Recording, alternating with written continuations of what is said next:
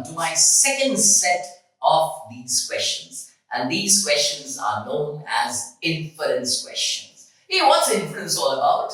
Comes from the word in plus fair plus ends. So inference, in plus fair plus ends. In means to bring in, fair means to carry. As a Latin root, fair means to carry. So you carry the data from that and come to a kind of like a conclusion. And this conclusion is fact-based from the data or the premise. Therefore, it is a deductive conclusion. Got it? So let's look at this question based on this and let's move into it. Let's look at this and let's track the data. So we say, follow the text. Hey, remember the same thing. Summarize. Correct?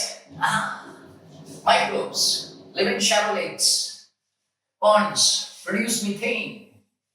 Harmful greenhouse gas. Ecologists team wanted to see different types of shallow water plants might affect the amount of methane that escapes into the atmosphere. Now, Alan's team set up some water tanks with soil and microbes from local ponds. Some tanks have a type of underwater plant that grows in the soil called water milfoil. That's a plant. Other tanks have duckweed, a type of plant that floats on the water surface or algae. 3. Alan has found that tanks with duckweed and algae release higher levels of methane than tanks with water milfoil did. This finding suggests that.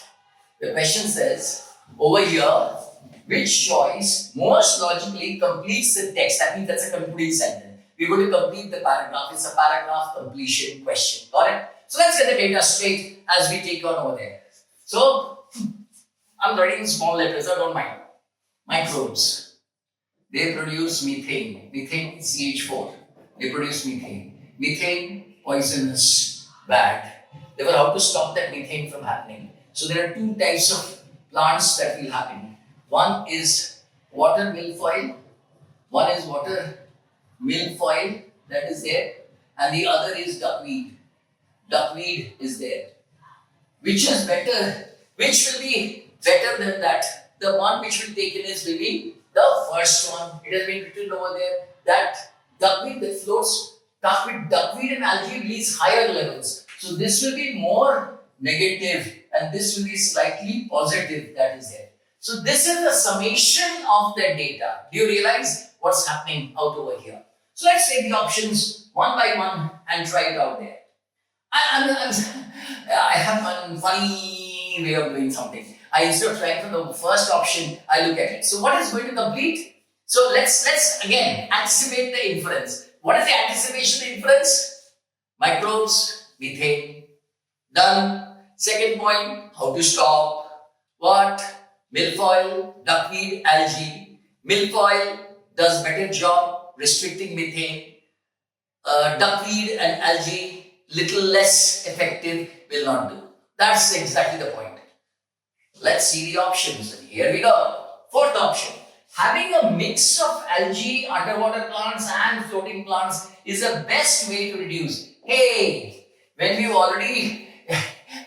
already denoted what will reduce, then why will we have this mix? We exactly know what to grow, isn't it? So this cannot be the answer. Whoa, ouch. Here we go. Next.